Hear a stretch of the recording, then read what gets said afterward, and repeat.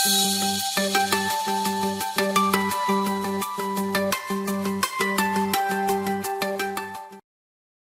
हम इस वीडियो में उपन्यास सम्राट मुंशी प्रेमचंद द्वारा रचित सर्वश्रेष्ठ उपन्यासों में से एक कर्मभूमि उपन्यास के तीसरे भाग से परिचित होंगे। लेकिन इससे पहले आइए हम पिछले भाग यानी दूसरे भाग के सारांश पर एक नजर डालें। अमरकांत के पिता लाला समरकांत बड़े उद्योगी पुरुष थे। उनके पिता केवल एक झोपड़ी छोड़कर मरे थे, मगर समरकांत ने अपने बाहुबल से लाखों की संपत्ति जमा कर ली थी। अमरकांत की माता का उसके बचपन में ही देहांत हो गया था।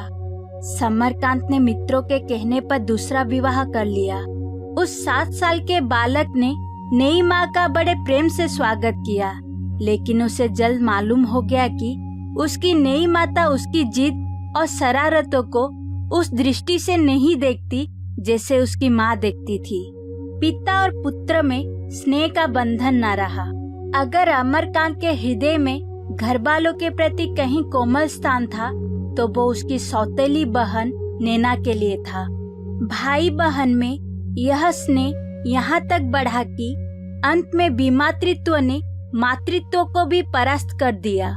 विमाता ने नैना को भी आंखों से गिरा दिया और पुत्र की कामना लिए संसार से विदा हो गई। अब नैना घर में अकेली रह गई। अमरकांत का विवाह करना जरूरी हो गया। अमरकांत का विवाह हुए 2 साल हो चुके थे, पर दोनों में कोई सामंजस्य न था। दोनों के विचार अलग, व्यवहार अलग, संसार अलग, जैसे 2 भिन्न जलवायु के जंतु एक पिंजरे में बंद कर दिए गए हो। तभी अमरकांत के जीवन में संयम और प्रयास की लगन पैदा हो गई थी। अब आगे प्रस्तुत है कर्मभूमि उपन्यास का तीसरा भाग। स्कूल से लौटकर अमरकांत नियमानुसार अपनी छोटी कोठरी में जाकर चरखे पर बैठ गया। उस विशाल भवन में जहां 12 ठहर सकती थी, उसने अपने लिए यही छोटी सी कोठरी पसंद की थी। इधर कई महीने से उसने 2 घंटे रोज सूत काटने की प्रतिज्ञा कर ली थी और पिता के विरोध करने पर भी उसे निभाया जाता था। मकान था तो बहुत बड़ा, मगर निवासियों की रक्षा के लिए उतना उपयुक्त न था जितना धन की रक्षा के लिए। नीचे के तल्ले में कई बड़े बड़े कमरे थे जो गोदाम के लिए बहुत अनुकूल थे। हवा और प्रकाश का कहीं रास्ता नहीं। जिस रास्ते से हवा और प्रकाश आ सकता है, उसी रास्ते से चोर भी तो आ सकता है। चोर की शंका उसकी एक एक ईंट से टपकती थी। ऊपर के दोनों तल्ले हवादार और खुले हुए थे। भोजन नीचे बनता था, सोना बैठना ऊपर होता था। सामने सड़क पर 2 कमरे थे। एक में लाला जी बैठते थे, दूसरे में मुनीम। कमरों के आगे एक साइवान था जिसमें गाय बंधती थी। लाला जी पक्के गोभक्त थे। अमरकांत सूत काटने में मग्न था कि उसकी छोटी बहन नैना आकर बोली, क्या हुआ भैया, फीस जमा हुई या नहीं? मेरे पास 20 रुपए है, यह ले लो, मैं कल और किसी से मांग लाऊंगी। अमर ने चरखा चलाते हुए कहा, आज ही तो फीस जमा करने की तारीख थी, नाम कट गया, अब रुपए लेकर क्या करूँगा? नैना रूप रंग में अपने भाई से इतनी मिलती थी कि अमरकांत उसकी साड़ी पहन लेता तो यह बतलाना मुश्किल हो जाता कि कौन नैना है और कौन अमर। हाँ, इतना अंतर अवश्य था कि भाई की दुर्बलता यहाँ सुकुमारता बनकर आकर्षण हो गई थी। अमर ने दिल लगी की थी, पर नैना के चेहरे का रंग उड़ गया। बोली, तुमने कहा नहीं, नाम ना काटो, मैं 2-1 दिन में दे दूंगा। अमर ने उसकी घबराहट का आनंद उठाते हुए कहा, कहने को तो मैंने सब कुछ कहा, लेकिन सुनता कौन था? नैना ने रोष भाव से कहा, मैं तो तुम्हें अपने कड़े दे रही थी, क्यों नहीं लिए? अमर ने हंसकर पूछा, और जो दादा पूछते तो क्या होता? दादा से बोलती ही क्यों? अमर ने कहा, मैं चोरी से कोई काम नहीं करना चाहता नैना, अब खुश हो जाओ, मैंने फीस जमा कर दी। नैना को विश्वास न आया।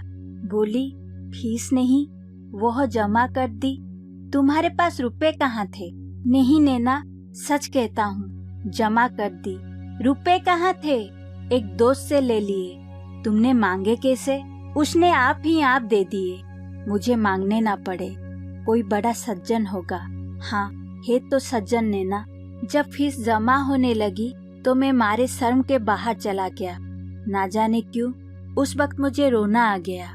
सोचता था मैं ऐसा गया बीता हूँ कि मेरे पास 40 रुपए नहीं। वो मित्र जरा देर में मुझे बुलाने आया। मेरी आंखें लाल थी। समझ गया, तुरंत जाकर फीस जमा कर दी। तुमने कहाँ पाए ये 20 रुपए? यह ना बताऊंगी। नैना ने भाग जाना चाहा। 12 बरस की यह लज्जाशील बालिका एक साथ ही सरल भी थी और चतुर भी। उसे ठगना सहज था, उससे अपनी चिंताओं को छिपाना कठिन था। अमर ने लपक कर उसका हाथ पकड़ लिया और बोला, जब तक बताओगी नहीं मैं जाने ना दूंगा। किसी से कहूंगा नहीं, सच कहता हूँ। नैना बोली, दादा से लिए। अमरकांत ने बेदिली के साथ कहा, तुमने उनसे नाहक मांगे नैना। जब उन्होंने मुझे इतनी निर्दयता से दुत्कार दिया तो मैं नहीं चाहता कि उनसे एक पैसा भी मांगू। मैंने तो समझा था तुम्हारे पास कहीं पड़े होंगे। अगर मैं जानता कि तुम भी दादा से ही मांगोगी तो साफ कह देता, मुझे रुपए की जरूरत नहीं। दादा क्या बोले? नैना बोले तो नहीं, यही कहते रहे कि करना धरना तो कुछ नहीं, रोज रुपए चाहिए। कभी फीस, कभी किताब, कभी चंदा। फिर मुनीम जी से कहा, 20 रुपए दे दो, 20 रुपए फिर देना। अमर ने उत्तेजित होकर कहा, तुम रुपए लौटा देना, मुझे नहीं चाहिए। नैना सिसक सिसक कर रोने लगी। अमरकांत ने रुपए जमीन पर फेंक दिए थे और वो सारी कोठरी में बिखरे पड़े थे। दोनों में से एक भी चुनने का नाम न लेता था। सहसा लाला समरकांत आकर द्वार पर खड़े हो गए। नैना की सिसकियां बंद हो गई और अमरकांत मानो तलवार की चोट खाने के लिए अपने मन को तैयार करने लगा। लाला, जो दोहरे बदन के दीर्घकाय मनुष्य थे, सिर से पांव तक सेठ, वहीं खलावट मस्तक, वहीं फूले हुए कपोल, वहीं निकली हुई तोंद, मुख पर संयम का तेज था जिसमें स्वार्थ की गहरी झलक मिली हुई थी। कठोर स्वर में बोले, चरखा चला रहा है? इतनी देर में कितना सूद काटा होगा? 2-4 रुपए का। अमरकांत ने गर्व से कहा, चरखा रुपए के लिए नहीं चलाया जाता। और किस लिए चलाया जाता है? यह आत्मशुद्धि का एक साधन है। समरकांत के घाव पर जैसे नमक पड़ गया। बोले, यह आज नई बात मालूम हुई। तब तो तुम्हारे ऋषि होने में कोई संदेह नहीं रहा, मगर साधना के साथ कुछ घर गृहस्थी का काम भी देखना होता है। दिन भर स्कूल में रहो, वहाँ से लौटो तो चरखे पर बैठो, रात को तुम्हारी स्त्री पाठशाला खुले, संध्या समय जलसे हो, तो घर का धंधा कौन करे? मैं बैल नहीं हूँ। तुम ही लोगों के लिए इस जंजाल में फंसा हुआ हूँ। अपने ऊपर लाद ना ले जाऊंगा। तुम्हें कुछ तो मेरी मदद करनी चाहिए। बड़े नीतिवान बनते हो। क्या यह नीति है कि बूढ़ा बाप मरा करे और जवान बेटा उसकी बात भी ना पूछे? अमरकांत ने उद्दंडता से कहा, मैं तो आपसे बार बार कह चुका, आप मेरे लिए कुछ ना करे। मुझे धन की जरूरत नहीं। आपकी भी वृद्धावस्था है। शांति चित होकर भगवान भजन कीजिए। समरकांत तीखे शब्दों में बोले, धन ना रहेगा लाला तो भीख मांगोगे, यूं चैन से बैठकर चरखा ना चलाओगे। यह तो ना होगा। मेरी कुछ मदद करो। पुरुषार्थहीन मनुष्य की तरह कहने लगे, मुझे धन की जरूरत नहीं। कौन है जिसे धन की जरूरत नहीं? साधु सन्यासी तक तो पैसों पर प्राण देते हैं। धन बड़े पुरुषार्थ से मिलता है। जिसमें पुरुषार्थ नहीं वो क्या धन कमाएगा? बड़े बड़े तो धन की उपेक्षा कर ही नहीं सकते। तुम किस खेत की मूली हो? अमर ने कहा, संसार धन के लिए प्राण दे, मुझे धन की इच्छा नहीं। एक मजदूर भी धर्म और आत्मा की रक्षा करते हुए जीवन का निर्वाह करता है। कम से कम मैं अपने जीवन में इसकी परीक्षा करना चाहता हूँ। लाला जी को वाद विवाद का अवकाश न था। हार कर बोले, अच्छा बाबा, कर लो जी भर के परीक्षा, लेकिन रोज रोज रुपए के लिए मेरा सिर न खाया करो। मैं अपनी गाढ़ी कमाई तुम्हारे ब्यासन के लिए नहीं लुटाना चाहता। लाला जी चले गए। नैना कहीं एकांत में जाकर खूब रोना चाहती थी, पर हिल ना सकती थी। और अमरकांत ऐसा विरक्त हो रहा था मानो जीवन उससे भार हो रहा है। उसी वक्त महरी ने ऊपर से आकर कहा, भैया तुम्हें बहू जी बुला रही है। अमरकांत ने बिगड़ कर कहा, जा कह दे फुर्सत नहीं है, चली वहाँ से बहूजी बुला रही है। लेकिन जब महरी लौटने लगी तो उसने अपने तीखेपन पर लज्जित होकर कहा, मैंने तुम्हें कुछ नहीं कहा है सिल्लो, कह दो अभी आता हूँ। तुम्हारी रानी जी क्या कर रही है? सिल्लो का पूरा नाम था कौशल्या। शीतला में पति, पुत्र और एक आंख जाती रही थी। तब से विक्षिप्त सी हो गई थी। रोने की बात पर हंसती, हंसने की बात पर रोती। घर के और सभी प्राणी, यहाँ तक कि नौकर चाकर तक उसे डांटते रहते थे। केवल अमरकांत उसे मनुष्य समझता था। कुछ स्वस्थ होकर बोली, बेटी कुछ लिख रही है, लाला जी चीखते थे, इसी से तुम्हें बुला भेजा। अमरकांत प्रसन्न होकर ऊपर चला। सुखदा अपने कमरे के द्वार पर खड़ी थी। बोली, तुम्हारे तो दर्शन ही दुर्लभ हो जाते हैं। स्कूल से आकर चरखा ले बैठते हो, क्यों नहीं मुझे घर भेज देते? जब मेरी जरूरत समझना बुला भेजना। अब की आए मुझे 6 महीने हुए, मियाद पूरी हो गई, अब तो रिहाई हो जानी चाहिए। यह कहते हुए उसने एक तस्तरी में कुछ नमकीन और कुछ मिठाई लाकर मेज पर रख दी और अमर का हाथ पकड़ कमरे में ले जाकर कुर्सी पर बैठा दिया। यह कमरा और सब कमरों से बड़ा हवादार और सुसज्जित था। दरी का फर्श था, उस पर किनारे से कई गद्देदार और सादी कुर्सियां लगी हुई थी। बीच में एक छोटी सी नक्शदार गोल मेज थी। शीशों की अलमारी में सजील पुस्तकें सजी हुई थी। आलों पर तरह तरह के खिलौने रखे हुए थे। एक कोने में मेज पर हारमोनियम रखा हुआ था। दीवारों पर धुरंधर, रवि वर्मा और कई चित्रकारों की तस्वीरें शोभा दे रही थी। 2-3 पुराने चित्र भी थे। कमरे की सजावट से सुरुचि और संपन्नता का आभास होता था। अमरकांत का सुखदा से विवाह हुए 2 साल हो चुके थे। सुखदा 2 बार तो 1-1 महीना रहकर चली गई थी। अब की बार उसे आए 6 महीने हो गए थे, मगर उनका स्नेह अभी तक ऊपर ही ऊपर था। गहराइयों में दोनों एक दूसरे से अलग अलग थे। सुखदा ने कभी अभाव न जाना था, जीवन की कठिनाइयां न सही थी। वो जाने माने मार्ग को छोड़कर अनजान रास्ते पर पांव रखते डरती थी। भोग और विलास को वो जीवन की सबसे मूल्यवान वस्तु समझती थी और उसे हृदय से लगाए रहना चाहती थी। अमरकांत को वो घर के कामकाज की ओर खींचने का प्रयास करती थी। कभी समझाती थी, कभी बिगड़ती थी। सास के ना रहने से वो एक प्रकार से घर की स्वामिनी हो गई थी। बाहर के स्वामी लाला समरकांत थे, पर भीतर का संचालन सुखदा ही के हाथों में था। किंतु अमरकांत उसकी बातों को हंसी में टाल देता, उस पर अपना प्रभाव डालने की कभी चेष्टा न करता। उसकी विलास प्रियता मानो खेतों में होबे की भांति उसे डराती रहती थी। खेत में हरियाली थी, दाने थे, लेकिन वो होवा निश्चल भाव से दोनों हाथ फैलाए खड़ा उसकी ओर घुरता रहता था।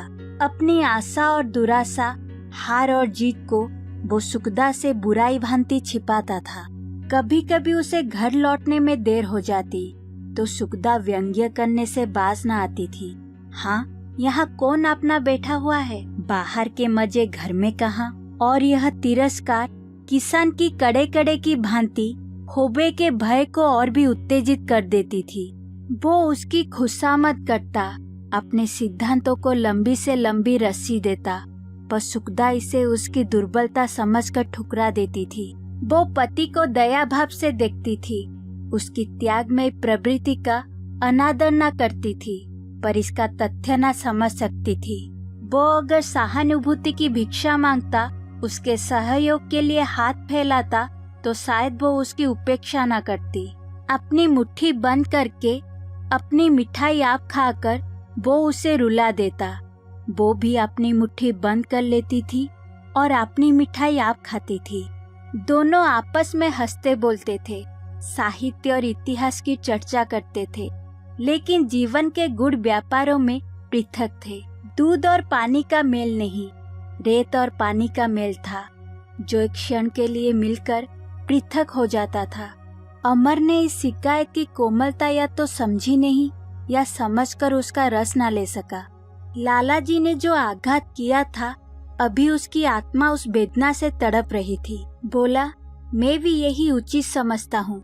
अब मुझे पढ़ना छोड़कर जीविका की फिक्र करनी पड़ेगी। सुखदा ने झिझक कर कहा, हाँ, ज्यादा पढ़ लेने से सुनती हूँ आदमी पागल हो जाता है। अमर ने लड़ने के लिए यहाँ भी अस्तीनें चढ़ा ली। पढ़ने से मैं जी नहीं चुराता, लेकिन इस दशा में पढ़ना नहीं हो सकता। आज स्कूल में मुझे जितना लज्जित होना पड़ा वो मैं ही जानता हूँ। अपनी आत्मा की हत्या करके पढ़ने से भूखा रहना कहीं अच्छा है। सुखदा ने भी अपने शस्त्र संभाले। बोली, मैं तो समझती हूँ कि घड़ी दो घड़ी दुकान पर बैठकर भी आदमी बहुत कुछ पढ़ सकता है। चरखे और जलसों में जो समय देते हो वो दुकान पर दो तो कोई बुराई ना होगी। फिर जब तुम किसी से कुछ कहोगे नहीं तो कोई तुम्हारे दिल की बातें कैसे समझ लेगा। मेरे पास इस वक्त भी 1000 रुपए से कम नहीं। वो मेरे रुपए हैं, मैं उन्हें उड़ा सकती हूँ। तुमने मुझसे चर्चा तक ना की। मैं बुरी सही, तुम्हारी दुश्मन नहीं। आज लाला जी की बातें सुनकर मेरा रक्त खोल रहा था। 40 रुपए के लिए इतना हंगामा। तुम्हें जितनी जरूरत हो मुझसे लो। मुझसे लेते तुम्हारे आत्मसम्मान को चोट लगती हो, अम्मा से लो, वो अपने को धन्य समझेगी। उन्हें इसका अरमान ही रह गया कि तुम उनसे कुछ मांगते। मैं तो कहती हूँ मुझे लेकर लखनऊ चले चलो और निश्चिंत होकर पढ़ो। अम्मा तुम्हें इंग्लैंड भेज देगी, वहाँ से अच्छी डिग्री ला सकते हो। सुखदा ने निष्कपट भाव से यह प्रस्ताव किया था। शायद पहली बार उसने पति से अपने दिल की बात कही। अमरकांत को बुरा लगा। अमरकांत ने बोला, मुझे डिग्री इतनी प्यारी नहीं है कि उसके लिए ससुराल की रोटियां तोड़ूं। अगर मैं अपने परिश्रम से धनोपार्जन करके पढ़ सकूंगा तो पढ़ूंगा, नहीं तो कोई धंधा देखूंगा। मैं अब तक व्यर्थ ही शिक्षा के मोह में पड़ा हुआ था। कॉलेज के बाहर भी अध्ययनशील आदमी बहुत कुछ सीख सकता है।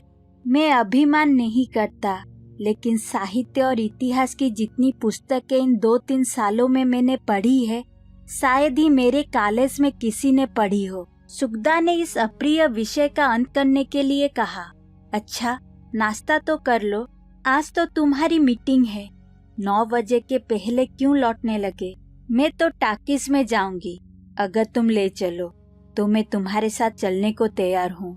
अमर ने रूखेपन से कहा, मुझे टाकिस जाने की फुर्सत नहीं है, तुम जा सकती हो। फिल्मों से भी बहुत कुछ लाभ उठाया जा सकता है, तो मैं तुम्हें मना तो नहीं करता। तुम क्यों नहीं चलते? जो आदमी कुछ उपार्जन न करता हो उसे सिनेमा देखने का अधिकार नहीं। मैं उसी संपत्ति को अपना समझता हूँ जिसे मैंने परिश्रम से कमाया है। कई मिनट तक दोनों गुम बैठे रहे। जब अमर जलपान करके उठा तो सुखदा ने सप्रेम आग्रह से कहा, कल से संध्या समय दुकान पर बैठा करो।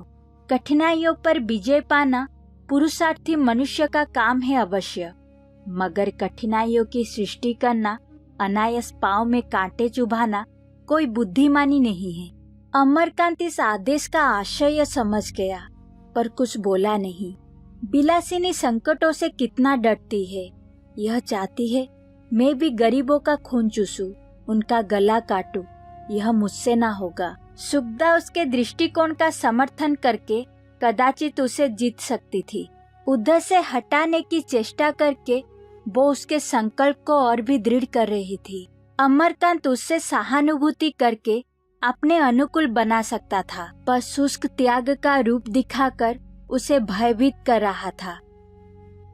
आप सुन रहे थे मुंशी प्रेमचंद द्वारा रचित कर्मभूमि उपन्यास का 3रा भाग।